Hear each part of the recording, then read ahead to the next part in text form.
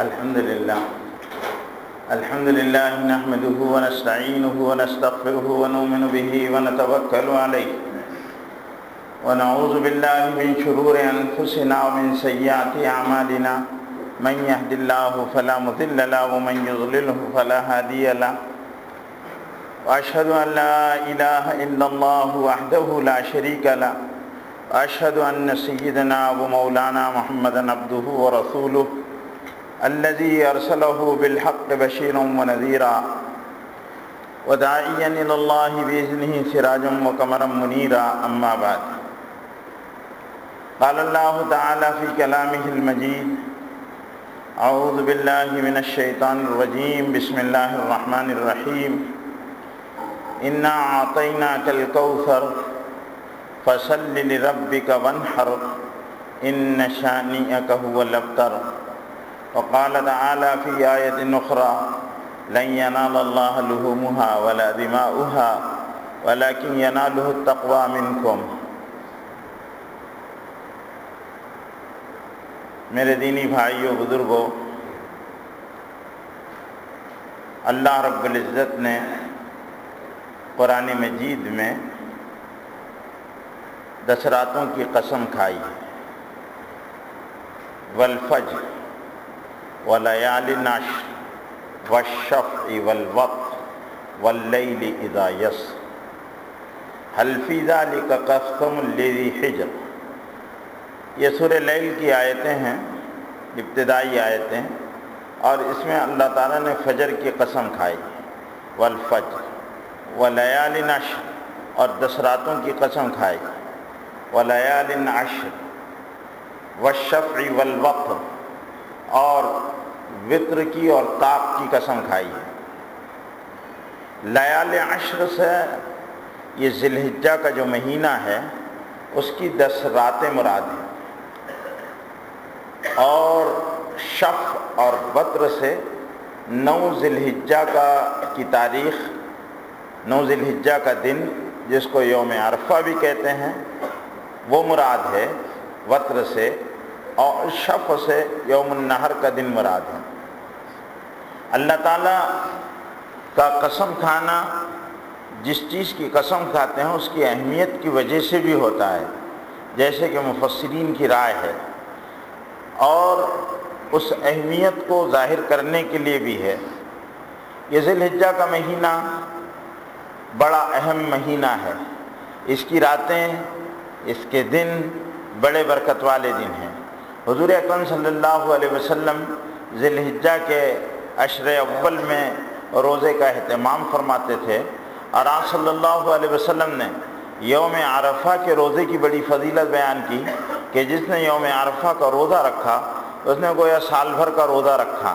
اور جس نے یوم عرفہ کا روزہ رکھا اس نے سب سے بڑے دن کا روزہ رکھا، اور جس نے یوم عرفہ کا روزہ رکھا اس کے گناہ معاف ہو جاتے ہیں، 1 سال پیچھے کے اور 1 سال آگے کے، اور جس نے یوم عرفہ کا روزہ رکھا اس کے سال بھر کے گناہ اللہ معاف کر دیتے ہیں۔ یہ مختلف روایتوں کا خلاصہ ہے جو میں نے آپ کے سامنے بیان کیا۔ اور یوم عرفہ 9 ذی الحجہ کی تاریخ کو یوم عرفہ کہتے ہیں، جس میں حاجی عرفات کے میدان میں حج کے سب سے بڑے رکن کی ادائیگی کے لیے جمع ہوتے ہیں، اور وہاں پر وہ اللہ کی حمد و تقدیس اور اپنے مناجات کو پیش کر کے اپنی حاجت روائی اور ضرورت کی چیزوں کا اللہ کے سامنے اظہار کرتے ہیں، اور اس دن وہ ایسے لوٹتے ہیں جیسے وہ آج ہی اپنی ماں کے پیٹ سے پیدا ہوئے۔ اللہ ان کے سارے گناہوں کو معاف کر دیتا ہے اور گناہوں سے صاف کر دیتا ہے، جس طرح بھٹی میل کے میلے کچیلے کپڑوں کو صاف کر دیتی ہے، ایسے حاجی اپنے گناہوں سے پاک و صاف کر دیا جاتا ہے۔ اللہ تعالیٰ اس دن جتنے لوگوں کو معاف کرتے ہیں، کوئی اور دن اتنے لوگوں کی مغفرت نہیں ہوتی جتنے عرفے کے دن اللہ کے ہاں سے معافی کا اعلان ہوتا ہے۔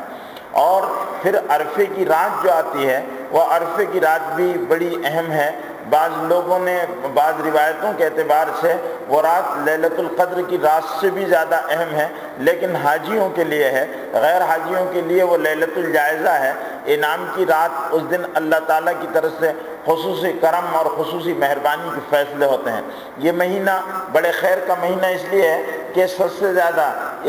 یہ دنوں میں شیطان کو رسوائی ہوتی ہے، اللہ کے ماننے والے اللہ کی حمد اور اس کی بڑائی کا اظہار کرتے ہیں اور شرک سے بیزاری کا اقرار کرتے ہیں اور اس کا اظہار کرتے ہیں اور لا شریک لہو کے ترانے ان کی زبانوں پر جاری ہوتے ہیں، اللہ خوش ہوتے ہیں اور شیطان کو اس سے تکلیف پہنچتی ہے، وہ ناراض ہوتا ہے۔ اس لیے یہ جو ایام آنے والے ہیں ان ایام کی بڑی قدر کرنا چاہیے، یہ غفلتوں لاپرواہیوں میں ضائع کرنے کے دن نہیں ہیں۔ اور اس مہینے میں ایک دن جو یوم النحر کا دن ہے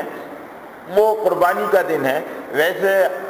قربانی 3 دن تک ہے، 10 ذی الحجہ کو، 11 اور 12 ذی الحجہ کو یہ قربانی کے ایام ہیں، اور ایام تشریق 5 ہے، یعنی 9 ذی الحجہ کی فجر سے اللہ کی بڑائی غیر حاجی بھی بیان کرے گا ہر نماز کے بعد، اور حاجی بھی بیان کرے گا ہر نماز فرض کے بعد بآواز بلند، اللہ اکبر اللہ اکبر، لا الہ الا اللہ واللہ اکبر، اللہ اکبر وللہ الحمد، ایک مرتبہ بآواز بلند کہنا ان کلمات کا واجب ہے اور اس کا اہتمام کرنا چاہیے، اس لیے کہ ان ایام میں اللہ کو ان کلمات کا پڑھنا بڑا پسند آتا ہے کہ بندہ کہے اللہ اکبر اللہ سب سے بڑا، اللہ سب سے بڑا، اللہ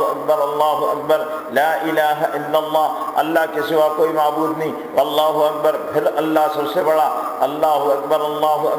لا الہ الا اللہ، اللہ اکبر اللہ سب سے بڑا، اللہ اکبر لا الہ الا وللہ الحمد، اور تمام تعریف اللہ کے لیے ہے کہ اس نے ہم کو نعمت اسلام عطا فرمائی ہے، اللہ اکبر لا الہ الا اللہ واللہ اکبر وللہ الحمد۔ اور حاجی ان کلمات کے ساتھ ساتھ لبیک کے کلمات بھی کہے گا، لبیک اللہم لبیک، لبیک لا شریک لک لبیک، ان الحمد والنعمت لک والملک لا شریک لک، یہ حاجیوں کا یہ دونوں کلمات ہیں۔ اور بآواز بلند نماز کے بعد ان کلمات کو کہا جائے گا، اور یہ 9 ذی الحجہ کی فجر سے لے کر تو 13 کی عصر تک یہ کلمات کہے جائیں گے ہر نماز کے بعد، چاہے آپ اجتماعی نماز پڑھ رہے ہو امام کے ساتھ یا انفرادی اپنی نماز جماعت چھوٹ چکی ہو اس کے بعد بھی یہ کلمات کہنا ہے۔ ایسا نہیں کہ نماز جماعت کے ساتھ پڑھی جا رہی ہے تو یہ کلمات کہے جائیں گے اور اگر جماعت چھوٹ جا رہی ہے تو پھر یہ کلمات نہیں کہیں گے، بلکہ یہ ہمیشہ گھر میں آپ نماز پڑھ رہے ہیں تو اپنی تو بھی یہ کلمات کہنے ہیں، اور جماعت کے ساتھ مسجد میں نماز پڑھ رہے ہیں تب بھی یہ کلمات کہنے ہیں، ہر فرض نماز کے بعد یہ کلمات کہنے ہیں، اور ان کلمات کے ایام تشریق میں خوب کثرت کرنی ہے۔ اللہ رب العزت نے ان کلمات کو پسند فرمایا ہے، اور حضور اکرم صلی اللہ علیہ وسلم نے ان کلمات کی ادائیگی کی تعلیم و تلقین فرمائی ہے کہ ہم ان کلمات کا اقرار کریں اور ہر نماز کے بعد 9 ذی الحجہ سے 13 کی عصر تک بآواز بلند کہیں اللہ اکبر لا الہ الا اللہ اکبر وللہ الحمد۔ تو یہ ایام تشریق، یہ دنوں میں لیالی نعشر 9-10 راتیں، یہ پھر اس کے بعد ایام تشریق وہ 5 دن، پھر یوم عرفہ 9 ذی الحجہ اور یوم النحر 10 تاریخ، یہ سارے کے سارے جو اعمال ہیں یہ ان ایام ہیں ان میں کثرت سے عمل ہوتا ہے۔ یوم نحر یعنی 10 ذی الحجہ کو بھی بڑے بڑے کام ہوتے ہیں۔ حاجی جب عرفات کے میدان سے لوٹتا ہے تو اپنی رات وہ میدان وادی اس میں جبل مشعر حرام کے پاس گزارتا ہے، جس کو مزدلفہ کی وادی یا مزدلفہ کا میدان کہتے ہیں، وہاں گزارتا ہے رات، اور یہ رات بھی پوری رات لوگوں کی عبادت، تضرع، آہ گزاری اور دعا اور ابتہال اور عاجزی اور اس میں گزرتی ہے، اور وہی سب کی زبانوں پر تلبیہ کے کلمات ہوتے ہیں۔ یہاں پر حاجی آ کر نمازیں پڑھتے ہیں، دعائیں مانگتے ہیں، پھر صبح میں یہاں پر وقوف مزدلفہ ہوتا ہے، اور یہ 9 ذی الحجہ وہ حضور اکرم صلی اللہ علیہ وسلم جب یہاں سے لوٹے تو اللہ نے قرآن مجید کی آیت نازل کی کہ فَإِذَا أَفَضْتُم مِّنْ عَرَفَاتٍ، جب تم عرفات کے میدان میں سے گزر جاؤ تو تم حاجی تو ہو گئے لیکن تمہارا عمل ختم نہیں ہوا۔ فَإِذَا أَفَضْتُم مِّنْ عَرَفَاتٍ فَاذْكُرُوا اللَّهَ عِندَ الْمَشْعَرِ الْحَرَامِ، تو مشعر حرام کے پاس اللہ کو خوب یاد کرو۔ تو یہ رات اور سورج نکلنے سے پہلے فجر کی نماز کے بعد سے سورج نکلنے تک کا وقت یہ جو ہے یہ اللہ کو یاد کرنے کا وقت ہے۔ فَاذْكُرُوا اللَّهَ عِندَ الْمَشْعَرِ الْحَرَامِ، اس آیت میں امر ہونے کی وجہ سے اس کو واجب قرار دیا گیا ہے۔ فَاذْكُرُوا اللَّهَ عِندَ الْمَشْعَرِ الْحَرَامِ فَإِذَا أَفَضْتُم مِّنْ عَرَفَاتٍ فَاذْكُرُوا اللَّهَ عِندَ الْمَشْعَرِ الْحَرَامِ، تو یہاں پر آ کر خوب اللہ کا وہ کرنا ہے. پھر یہاں سے جانے کے بعد واپسی میں وہی کہیں گے, اور سیدھا جانے کے بعد 9 ذی الحجہ کو شیطان کو کنکری ماری جائے گی, اور اس کے بعد قربانی ہوگی. قربانی اللہ کو بہت زیادہ پسند ہے. اللہ رب العزت کو اس دن خون کا بہانا بہت زیادہ پسند ہے. اللہ نے حیثیت دی تو ایک قربانی تو واجب ہے اس پر جس پر زکوٰۃ فرض ہوتی ہے. قربانی کی فرضیت کے لیے 4 باتیں شرط ہے. ایک تو آدمی کا مسلمان ہونا یہ شرط ہے, بالغ ہونا یہ شرط ہے, عاقل ہونا یہ شرط ہے, اور اس کا صاحب نصاب ہونا یہ شرط ہے. صاحب نصاب یعنی جس پر زکوٰۃ فرض ہوتی ہے اس پر قربانی واجب ہوتی ہے, اور جس پر زکوٰۃ فرض نہیں ہوتی اس پر قربانی واجب نہیں ہوتی ہے. اگر وہ قربانی دیتا ہے تو قربانی پر چونکہ اجر و ثواب بہت زیادہ ہے اس کو ثواب یقینی طور پر ملے گا. لیکن جس پر قربانی فرض ہے اس کو قربانی واجب ہے, اس کو قربانی دینا ضروری ہے. اگر وہ قربانی نہیں دیتا ہے تو وہ گناہ گار ہوگا. قربانی کے لیے اللہ رب العزت نے وہ جانور تجویز فرما دیے ہیں جن کو یعنی دمبا ہے, اور سب سے افضل جو قربانی ہے وہ دمبے کی قربانی ہے. دمبا اگر نہ ہو تو پھر اس کے بعد بھیڑ بکری اور اس کے بعد گائے, بیل, بھینس ان میں اور اونٹ, ان میں 7 لوگ شریک ہو کر قربانی دے سکتے ہیں, 7 حصے کیے جا سکتے ہیں. جانور بے عیب ہونا چاہیے, ایسا کہ اس میں کوئی عیب نہ ہو, یعنی کان اس کا 1/4 سے زیادہ کٹا ہوا نہ ہو, سنگ 1/4 سے زیادہ ٹوٹا ہوا نہ ہو, آنکھ اس کی پھوٹی ہوئی نہ ہو, اور اگر آنکھ میں کوئی خرابی ہو تو ایسی خرابی نہ ہو کہ اس کو دکھائی نہ دیتا ہو. لنگڑا ایسا نہ ہو کہ وہ چل کر قربان گاہ پر جا نہ سکتا ہو, ایسا لنگڑا, یا وہ 3 پیروں پر چلتا ہو, ایک پیر ٹیک نہ پاتا ہو. اگر وہ ٹیک کر لنگڑ کر چلتا ہے تو وہ عیب نہیں ہے. اور عام طور پر جس کو جانوروں کے ماہر اور جانوروں کے پالنے والے اور جانوروں کے بیپاری اس کو عیب سمجھتے ہوں, وہ عیب اس کے اندر پایا نہ جاتا ہو, یعنی دم ٹوٹا ہوا نہ ہو, دم کٹی ہوئی نہ ہو, ایسا جانور نہ ہو, ایسا مریل نہ ہو کہ اس کے بدن پر صرف چمڑا اور ہڈی ہے, گوشت نام کی چیز نہ ہو, اس کی ہڈیوں کا گودا پگھل گیا ہو, یا ایسا جانور نہ ہو جس کے زیادہ عمر ہونے کی وجہ سے سارے دانت گر گئے ہوں. جانور کے لیے دانت کا ہونا ضروری نہیں ہے, عمر کا ہونا ضروری ہے, 2 سال کا ہونا, لیکن یقینی طور پر یہ معلوم ہونا چاہیے کہ یہ جانور جو ہے 2 سال کا ہے, اور اس کی ضمانت جو پالنے والا ہے وہ معتبر آدمی اس کی ضمانت دیتا ہو تو اگر دانت نہیں ہے. ورنہ جانوروں کے پالنے والے اور جانوروں کے بیپاری بڑے جانور میں 2 سال کا اعتبار اس وقت کرتے ہیں جب وہ 2 بڑے دانت نکالتا ہے تب, اور بکرے کا 1 سال ہونا اس وقت معتبر مانتے ہیں جب وہ 2 دانت نکالتا ہے. اگر یہ علامت نہ ہو تو بیپاری کے کہنے پر کا اعتبار نہیں ہوگا, اس لیے کہ بیپاری لوگ کیا کرتے ہیں کہ جانوروں کے دانت کو پکڑ کر ہلا دیتے ہیں اور بتاتے ہیں دانت ہل رہا ہے. ایک مرتبہ اس کو پکڑ کر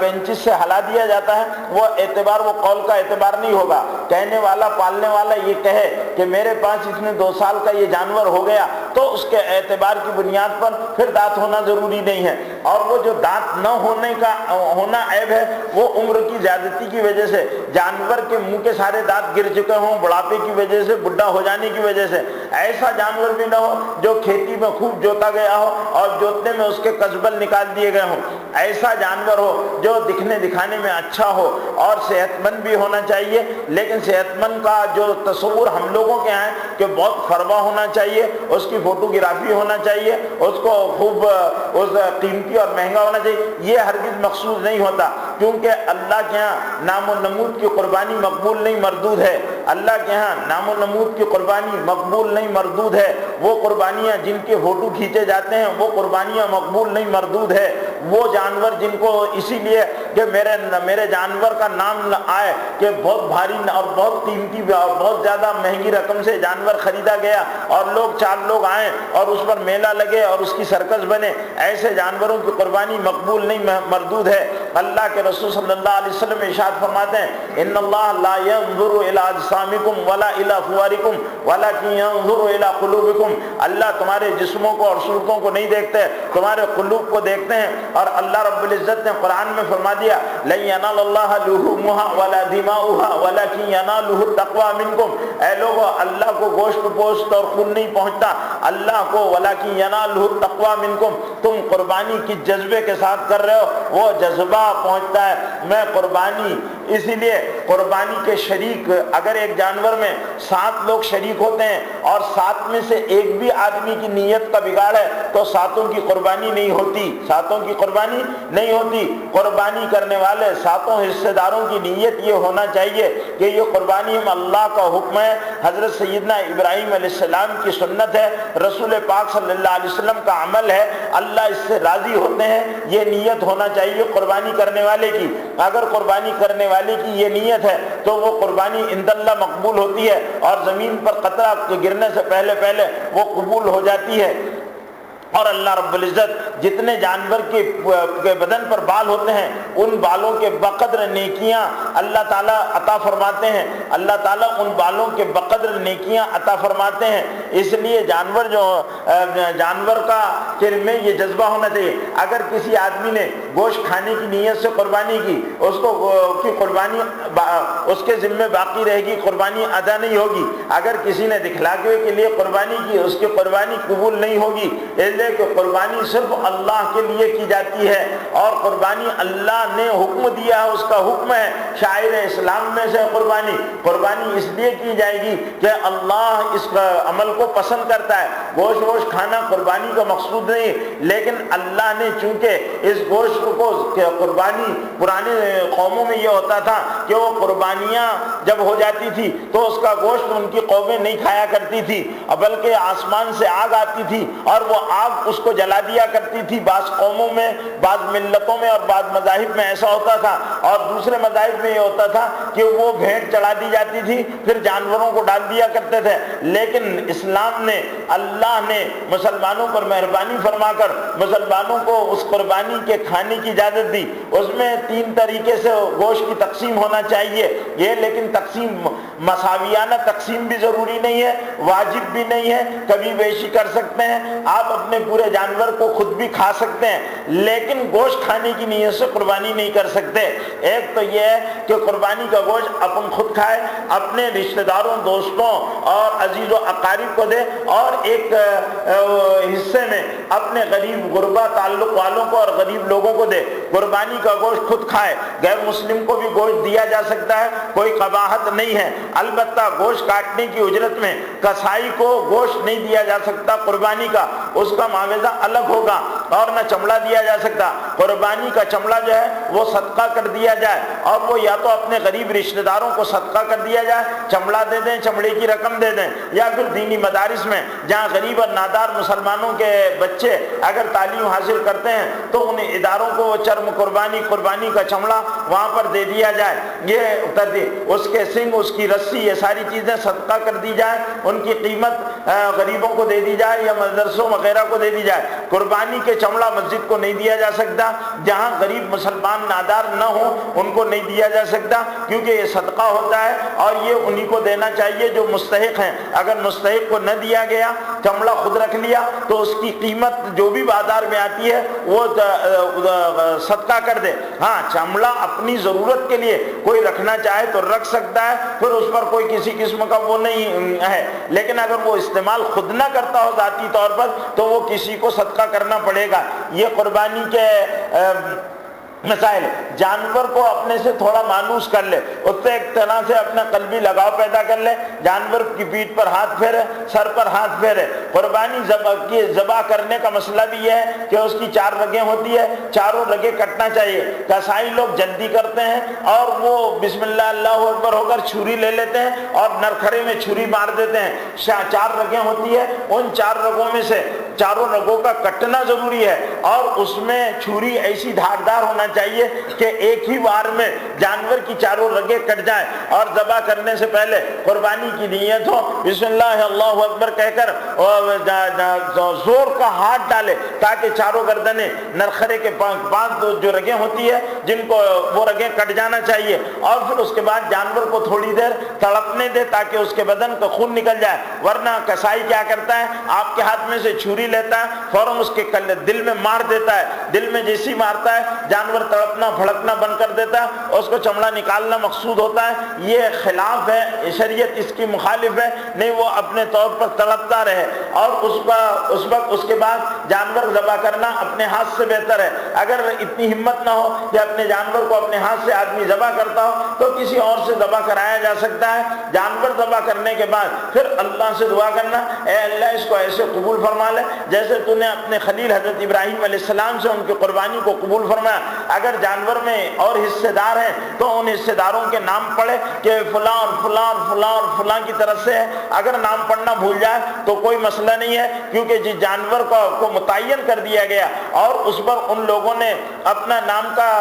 یعنی ان کے نام کا تعین ہو گیا ہے تو اب اس کے اعتبار سے وہ قربانی سے جانور اپنی نگاہوں سے دیکھنا زیادہ افضل ہے۔ جو لوگ حصہ لگاتے ہیں ان کے لیے اگر ممکن ہو تو اپنے جانور کو دیکھیں، اگر ممکن نہیں ہو جیسے لوگ باہر علاقوں میں جانور کے لیے بھیج دیتے ہیں تو ان کے بارے میں ایسے لوگوں کے پاس اپنی قربانی کے جانوروں کی رقم دیں جن کے بارے میں اعتماد و اطمینان ہو کہ آپ کی جانور کی قربانی صحیح طریقے سے کی جا رہی ہو، ورنہ اگر اطمینان نہ ہو تو پھر اپنی جانور کی قربانی خود کرنے کی فکر کرنی چاہیے۔ اگر ایام نہر میں ایام قربانی میں کسی نے قربانی نہ کی ہو اور وہ اسی دن اس پر صاحب نصاب ہوا ہو تو اس پر قربانی واجب ہوتی ہے، لیکن اس کو جانور نہیں مل سکا تو وہ جانور کی قیمت غریبوں میں صدقہ کر دے، اتنی قیمت کو صدقہ کر دے۔ اگر کسی عذر کی وجہ سے آدمی ایام جو قربانی کے ایام میں قربانی کی جانور کی قربانی نہیں کر سکا تو وہ قربانی کی قیمت کو صدقہ کر دے، لیکن قربانی جو واجب ہے وہ کسی صورت میں معاف نہیں ہوگی۔ ہاں، قربانی کے ایام گزرنے کے بعد کوئی جانور قربانی کا اگر خرید لیا تھا اور کسی عارض کی وجہ سے وہ قربانی ان دنوں میں نہیں ہو سکی تو اب پورا جانور صدقہ کر دے، جانور کی قربانی نہیں ہوگی بلکہ کسی غریب آدمی کو وہ جانور دے دیا جائے گا، وہ چاہے اس کا جس طرح استعمال کرے، اب وہ اپنے پاس اس جانور کو نہیں رکھ سکتا۔ یہ قربانی کے تعلق کے مسائل ہیں۔ قربانی کرنے میں اگر کسی نے کسی جانور کو لے لیا اور اس پر جانور کی نیت کر لی، اگر وہ آدمی قربانی کی اس پر واجب نہیں ہے تو اب اس کے لیے اس جانور کو قربان کرنا واجب ہے۔ اگر اس کا جانور ضائع ہو جاتا ہے، اگر حیثیت نہیں ہے تو اس کے طرف سے وہ ہے۔ اگر کسی مالدار صاحب نصاب نے جانور قربانی کا خریدا اور وہ جانور غائب ہو گیا یا چوری ہو گیا یا بھاگ گیا تو اب اس کے لیے دوسرا جانور لے کر قربانی کرنا ضروری ہے۔ جس جانور پر قربانی کی نیت کر لی جائے، اگر وہ جانور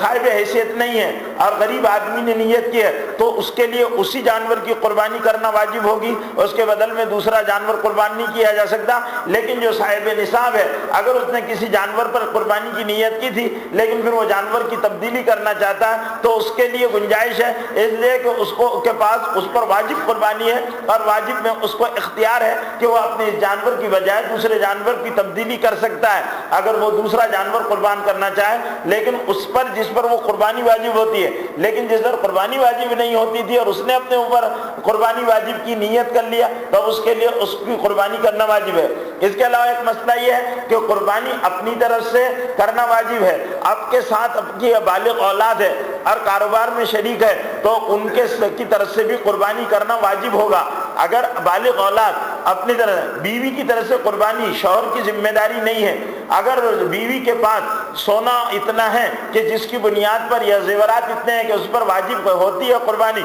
تو وہ اپنے پاس سے قربانی کی رقم ادا کرے۔ لیکن اگر شوہر قربانی کرتا ہے تو اپنی طرف سے تو اس کو اطلاع کر دے کہ تمہاری طرف سے قربانی ہم کر دے رہے ہیں، تو اس کو بتا دیا جائے کہ تمہاری قربانی کر دی جا رہی ہے، کیونکہ میاں بیوی کا کھاتا جو ہے وہ حساب جو ہے وہ آپس کی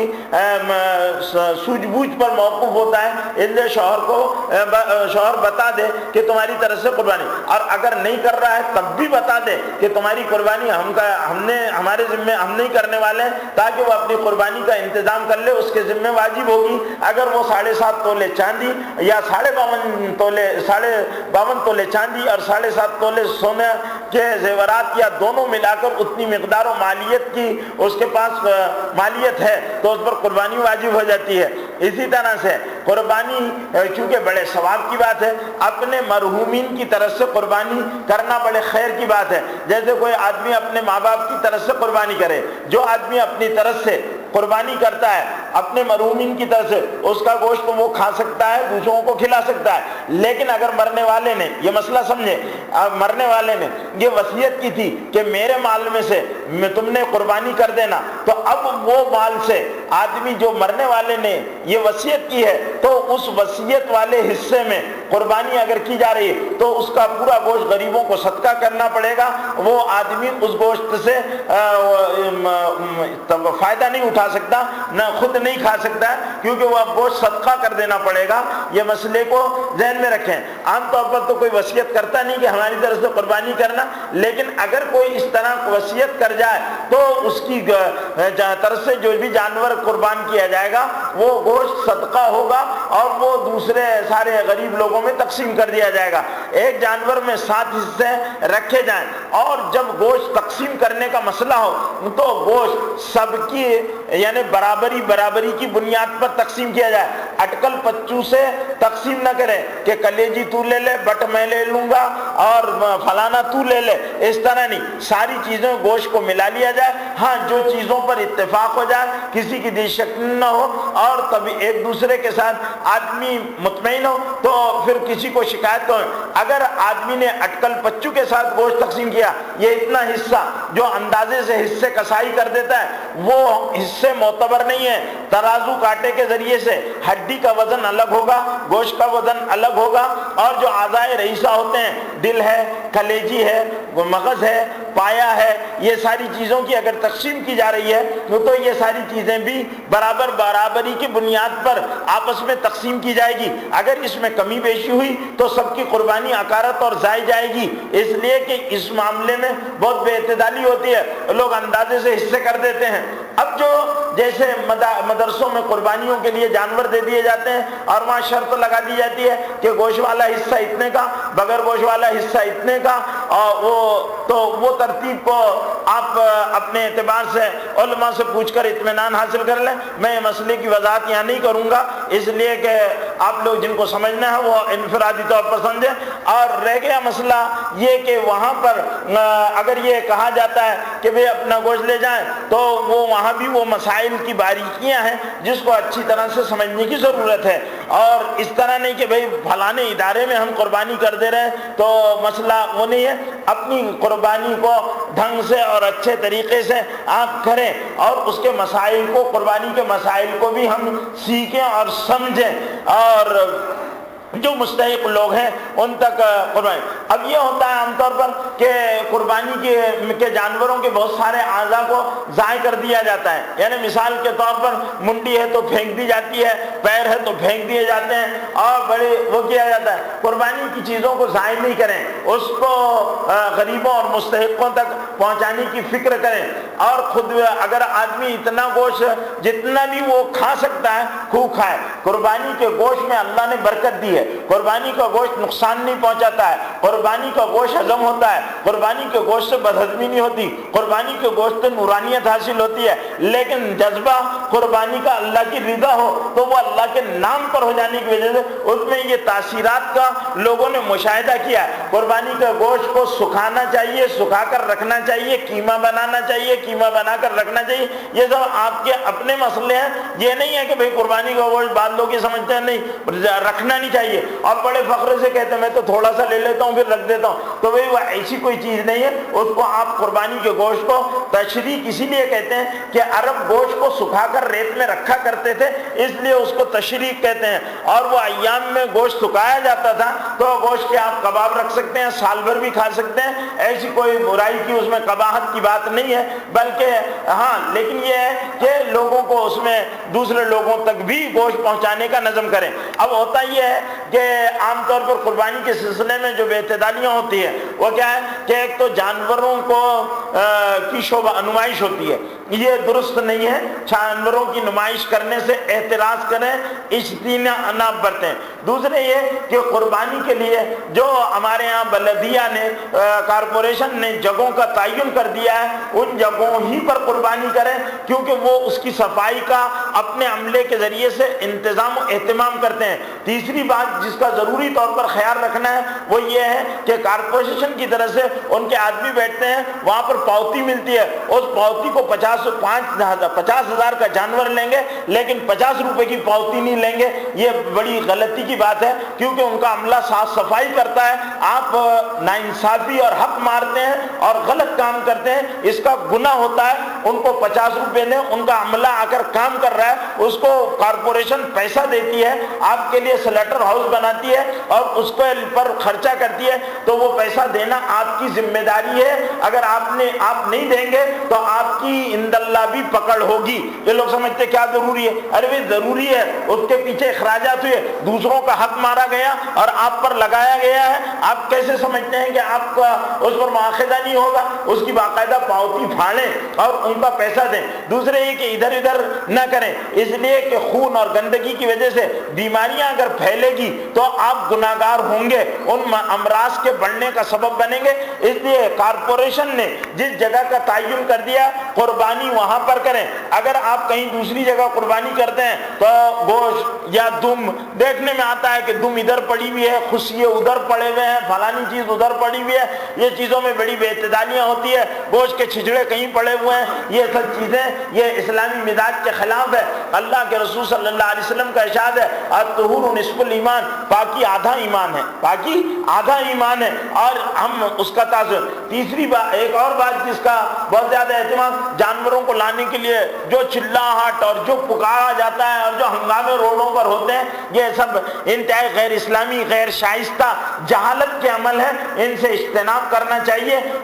کئی لوگ بھاگ رہے ہیں جانوروں کے پیچھے، یہ کیا طریقہ ہے؟ یہ کوئی اور ایک اور جو برائی ہے بکروں کو لڑانا، بکروں کو باقاعدہ لڑایا جاتا ہے۔ قربانی کے بکروں کو ایذا دینے کی ضرورت نہیں ہے، ان کو لڑانا اور مقابلہ کرانا۔ میں شروع میں بتا چکا کہ ان کی فوٹوگرافی بالکل فوٹوگرافی سے بنے، اور باقاعدہ لوگ اتنے کا لائے اتنے، اور بھیڑ لگانا، رات میں لوگ دور دور جاتے ہیں۔ جیسے آپ نے دیکھا ہوگا کہ گنپتی کے منڈل ہوتے ہیں تو ان کے جو بھگت ہوتے ہیں وہ اپنے اپنے دیوی دیوتاؤں کو دیکھنے کے لیے آتے ہیں، وہ ان کا اپنا ان کے ساتھ عقیدت اور وابستگی ہے، اس بنیاد پر وہ جاتے ہیں۔ اور ہمارے یہاں بھی رات چاند رات میں سارے لوگ بیلوں کو دیکھنے کے لیے جاتے ہیں، جوانوں کی ٹولیاں محلوں میں گھومتے رہتی ہے، اور یہ ارے وہ رات بیوقوفوں نادانوں، وہ رات بڑی خیر کی رات ہے، عبادت کی رات ہے، اللہ سے مانگنے کی رات ہے، تم کیا دیکھنے کو جا رہے ہو؟ صرف آنکھیں بڑے بڑے بیل دیکھیں کہ اس کے علاوہ اور کیا ہوگا؟ اس پر تبصرے کرو گے کہ فلانے کا اچھا ہے، ڈھمکے کا اچھا ہے، اتنے کا لایا، اس کے علاوہ حاصل ہونا کیا ہے؟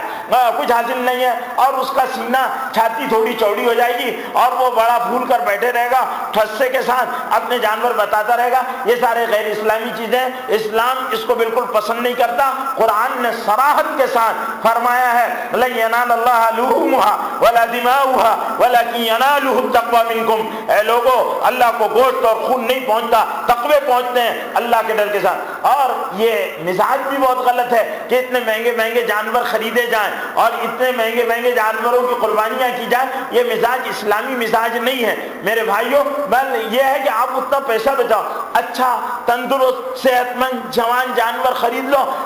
اور وہ 30-35 ہزار میں اگر آتا ہے 60,000 بچتے ہیں، 60,000 میں آپ 10 گھرانوں کی کفالت کر سکتے ہیں، اس کو دوسرے اور اس سے بھی زیادہ مفید اور جائز کاموں میں آپ خرچ کر سکتے ہیں، ضرورت مند کے کام آ سکتے ہیں، بیواؤں ناداروں کے کام آ سکتے ہیں، انسانیت کے کام آ سکتے ہیں، ہدایت کے کام آ سکتے ہیں، تعمیرات اسلامیہ کے کام آ سکتے ہیں، مدارس و مساجد کے کام آ سکتے ہیں، اسکولوں میں بچوں کے پڑھانے کے لیے کام آ سکتے ہیں، وہ رقم کام آ سکتی ہے۔ یہ سوچ کی تبدیلی کی انتہائی ضرورت ہے کہ ہم اپنی سوچ کو بدلیں اور اپنا جو ایک غیر ضروری چیز میں پیسہ خرچ ہو رہا ہے اس کی بجائے، کیونکہ جن کے چھوٹے جانور، وہی جانور پل صراط پر سے وہ بھی گزرے گا، وہ روایت کے بارے میں بھی تحقیق کی ضرورت ہے کہ وہ جانور پر سوار ہو کر قربانی والے، اب جو ایک آدمی کی 60 سال عمر ہوئی اور 45 جانور اس نے ذبح کیا، تو اب وہ 45 جانوروں میں سے کون کون سے جانوروں پر بیٹھ کر پل صراط پر سے گزرے گا؟ بھئی یہ روایت ہمارے تو سمجھ سے باہر ہے، اور اگر ہے بھی ہم نے تو نہیں پڑھا،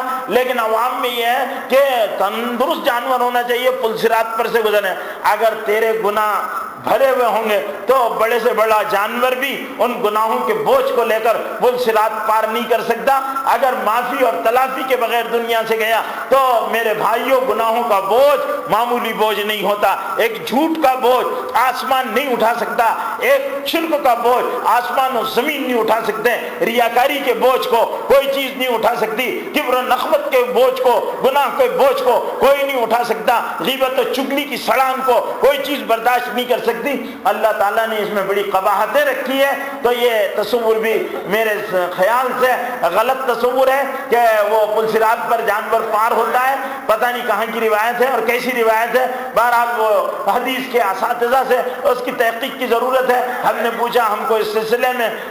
یہ معلوم ہوا کہ بھئی ایسی کوئی معتبر روایت نہیں ہے، واللہ عالم بالصواب۔ اگر کہیں یہ روایت ہے تو اللہ ہی بہتر جانتے ہیں۔ پل صراط پر سے تو اللہ کے رسول پل صراط کے اس طرف کھڑے ہوں گے، اپنی امت کے ہاتھ کو پکڑیں گے اور ان کو ان کے سجدوں کے آثار سے پہچانیں گے اور وہ امتی ہونے کی شہادت ان کے چہرے دیں گے۔ فرشتے کہیں گے یہ آپ کو امتی آ رہا ہے، اس کی انگلی پکڑیں گے اور رب صلی وسلم کہہ کر اس کو پل صراط سے گزار دیں گے۔ اور ایک روایت یہ ہے کہ جن کے اچھے اعمال ہوں گے وہ بجلی کی سرعت سے بھی زیادہ تیزی کے ساتھ پل صراط سے گزر دیے جائیں گے۔ اب وہاں قربانی کے جانور جمع کریں گے تو پل صراط پر سے جانا ہی مشکل ہو جائے گا میرے بھائیوں۔ تو وہ ساری چیزیں سمجھ سے بالا تر ہے اور عوامی روایتیں عوام میں عام ہو جاتی ہے۔ اس طرح سے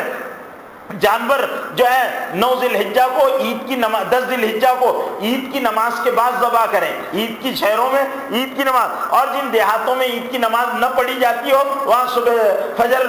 ہو جانے کے بعد قربانی کرنا جائز ہے۔ دیہاتوں میں، جن دیہاتوں میں عید کی نماز نہ ہوتی ہو، جہاں عید کی نماز ہوتی ہو، عید کی نماز پڑھنے کے بعد قربانی کریں۔ قربانی رات میں بھی کی جا سکتی ہے، یہ نہیں ہے کہ رات میں قربانی نہیں کی جا سکتی۔ 10 ذی الحجہ کی صبح، 10 کا پورا دن، پوری رات، پھر 11 کا پورا دن، پوری رات، اور 12 کا پورا دن اور 12 کی عصر تک قربانی کی جا سکتی ہے، یہ اور رات میں۔ لیکن رات میں قربانی کرنے میں ایک بات کا لحاظ رکھیں کہ لائٹ اچھا ہو، روشنی اچھی ہو، جانور کی رگیں ذبح کرتے وقت برابر نمایاں اور نظر آ رہی ہو تو قربانی کر سکتے ہیں۔ سارے جانور سال بھر گوشت کھاتے ہو تو رات میں کٹتے، کوئی بھی صبح میں سویرے نہیں اٹھتا، وہاں پر سلاٹر ہاؤس میں 3-4 بجے جانور کٹنا شروع ہو جاتے ہیں۔ تو یہاں قربانی میں بھی رات میں بھی قربانی کی جا سکتی ہے، تو جانور کی قربانی رات میں بھی کی جا سکتی ہے۔ قربانی جانوروں میں جو چیزیں ہیں وہ یہ ہے کہ ان کے گوشت میں خصیے کھانا حرام ہے۔ وہ جو خصیے ہوتے ہیں جانوروں کے وہ کھانا حرام ہے، خصیے کھانا حرام ہے، خون حرام ہے، اور وہ جو گودا ہوتا ہے وہ حرام ہے، پت کی تھیلی حرام ہے، اور اسی طرح سے پت ہے، خصیے ہیں، اعضائے تناسل دونوں ہیں۔ 8 چیزیں ہیں جن کا کھانا حرام ہے، یعنی جو مادہ ہوتی ہے اس کی شرمگاہ، نر ہے اس کی شرمگاہ، مغز حرام جس کو کہتے وہ، اور خصیے یا اور اسی طرح خون اور پت کی تھیلی، اور 2 چیزیں اور ہوتی ہے وہ اندر نکلتی ہے، ذہن میں اس وقت نام نہیں آ رہا۔ تو یہ 8 چیزیں جو ہے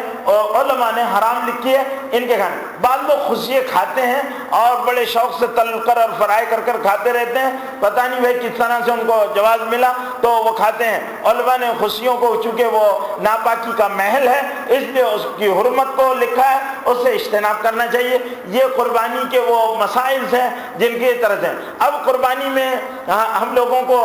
ان لوگوں کو جن پر قربانی واجب نہیں ہوتی لیکن ہے اتنا کہ ایک آدھ حصہ لے سکتے ہیں، لیکن اپنے اہل و عیال پر تنگی نہ کریں۔ دوسرے یہ کہ اسد کے ساتھ اگر کرتے ہیں تو حصہ لے قربانی کا اور قربانی کریں اپنی طرف۔ بعض لوگوں کے ذہن میں قربانی کے تعلق سے چند باتیں جو بسی ہوئی ہے وہ یہ کہ پہلی قربانی اللہ کے رسول صلی اللہ علیہ وسلم کے نام سے کرنا چاہیے۔ حضور اکرم صلی اللہ علیہ وسلم کے نام سے قربانی کرنا بڑے خیر کی بات ہے، بڑی برکت کی بات ہے، بڑے ثواب کی بات ہے، اپنے آپ کو بھی قبول کرانا ہے اس نسبت سے، بڑی بات ہے۔ لیکن جس پر قربانی فرض ہوتی ہے اس پر پہلے اپنی قربانی واجب ہے، پھر وسعت ہے تو رسول اللہ صلی اللہ علیہ وسلم کی طرف سے قربانی کرے، لیکن اپنی واجب قربانی کو چھوڑ کر رسول اللہ صلی اللہ علیہ وسلم کی طرف سے قربانی کرے گا تو ثواب ملے گا، لیکن ذمہ واجب قربانی رہ جائے گی۔ اس لیے آدمی پہلی قربانی، لوگوں کا ایسا رہتا ہے کہ ہم پہلی قربانی کر رہے ہیں، ایسا نہیں ہے۔ اس کو یہ ہے کہ آپ قربانی اپنی واجب قربانی کے ساتھ رسول اللہ صلی اللہ علیہ وسلم کی طرف سے بھی قربانی دیں، بڑے خیر کی، بڑے برکت کی اور بڑی قبولیت کی بات ہے۔ اور صحابہ کرام کی طرف سے بھی قربانیاں دی جا سکتی ہے، اور خاندان نبوت کی طرف سے، اپنے بزرگان دین کی طرف سے، اولیاء کرام کی طرف سے، اپنے نیک لوگوں کی طرف سے، اپنے ماں باپ کی طرف سے، سب لوگوں کی طرف سے قربانی دی جا سکتی ہے۔ قربانی کے جانور میں اپنا، اگر آدمی کوئی، یعنی جیسے 6 لوگ ہو گئے اور 6 حصے ہو گئے، 6 لوگوں نے اس میں ایک 7واں حصہ کہ چلو بھائی ہم لوگ اپنے اپنی قربانی دے رہے ہیں، ایک حصہ اس میں بچ رہا ہے تو ہم سب لوگ اس میں شیئر کر کر حضور اکرم صلی اللہ علیہ وسلم کے نام نامی کے پر قربانی کر دیں گے تو یہ بھی جائز ہے۔ لیکن قربانی مل کر سکتے ہیں ایک حصے میں، یا پھر کوئی ایک آدمی اس حصے کو برداشت کر لے لیکن رقم کی تقسیم برابر ہوگی، یا جانور سب مل کر تقسیم کر دیں۔ اس میں جانور کی یہ جو جانور ہوتا ہے قربانی کا، اس قربانی کے جانور کی کوئی چیز اجرت میں نہیں دی جا سکتی۔ جانور قربانی کرنے والے قربانی ادھار میں نہ کریں، ادھار نہ کریں، طویلے سے جانور منگا لیا اب دیں گے بعد میں اور قربانی کر لیں، نہیں، آپ اپنی حیثیت کے اعتبار سے قربانی کی رقم کی ادائیگی کے بعد قربانی کریں۔ ہاں یہ ممکن ہے کہ بسا اوقات ایسا ہوتا ہے کہ آدمی کی کہیں سے رقم آنے والی ہوتی ہے اور کسی وجہ سے تاخیر ہو جائے، تو اس تاخیر کی وجہ سے آدمی اس سے معاملے کا اپنا تعین کرنے کے بعد اگر وہ رضامند ہے کہ ہاں ٹھیک بھائی آپ قربانی کر لو میرے جانور کی اور آپ مجھے بعد میں دے دینا، تب قربانی درست ہوگی۔ ورنہ اگر آپ نے قربانی کا جانور تو لا لیا، دیتا میں اور اس کو پہنچایا نہیں، اور آپ نے کوئی بات اس کے ساتھ واضح نہیں، رقم تعین ہو گیا لیکن واضح نہیں کیا، تو آپ کی قربانی درست نہیں ہوگی، کیونکہ آپ نے یہ قربانی نہیں کی، ڈاکہ ڈالا ہے اور اس کو بتایا تک نہیں اور جانور ذبح کر دے رہے ہیں آپ اس کا، تو اس کا حق تو پہلے پہنچانا چاہیے۔ اس کے بعد آپ، جب تک آپ کو جانور پر مالکانہ حقوق حاصل نہ ہو جائیں اس وقت تک اس کو وہ نہ کریں۔ ایک چیز جس میں احتیاط کی ضرورت ہے،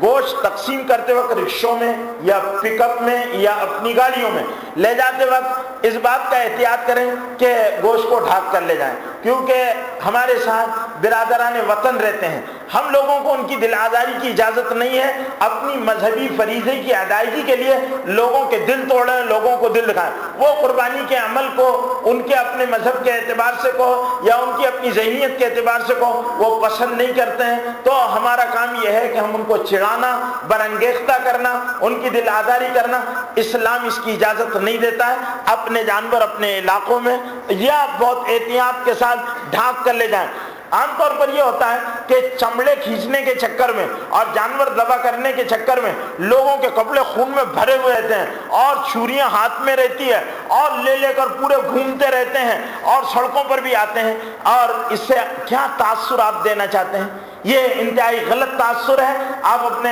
روڈ پر آنے کی ضرورت پڑے تو وہ خون آلود کپڑوں کو اتار کر رکھ دیجئے، ہاتھ بھرے ہوئے ہیں تو ان کو دھو لیجئے اور پھر سڑکوں پر جاؤ۔ یہاں برادران وطن گزرتے رہتے ہیں، ان کو کی دل آزاری یا ان کو تکلیف پہنچانا اسلام کے اعتبار سے حرام ہے اور یہ غلط کام ہے۔ یہ کوئی بہادری کا کام نہیں ہے اور یہ بہت بڑی شیخی مارنے کا کام نہیں ہے، اس سے احتیاط کرنا۔ اور ایک چیز جو ہوتی ہے، جانوروں کو گراتے وقت جو چلاہٹ ہوتی ہے، جانور بھاگتا ہے اور وہ جانور کے پیچھے یہ جانور بھاگتے ہیں اور چلاتے پکارتے رہتے ہیں، کسی کے ہاتھ میں بلم رہتا، کسی کے ہاتھ میں لکڑی رہتی، کسی کے ہاتھ میں بالا رہتا۔ یہ سب انتہائی بد اخلاقی اور بڑی خرابی کی باتیں ہیں۔ ان چیزوں کا قربانی کے دنوں میں بہت لحاظ کرنے کی ضرورت ہے کہ ہمارے کسی عمل سے دوسرے مذاہب کے ماننے والوں کی دل شکنی اور دل آزاری نہ ہو۔ اسلام کی تعلیم بتا رہا ہوں میں، اور یہ اس کا خیال کرنا سب لوگوں کی ذمہ داری ہے کہ وہ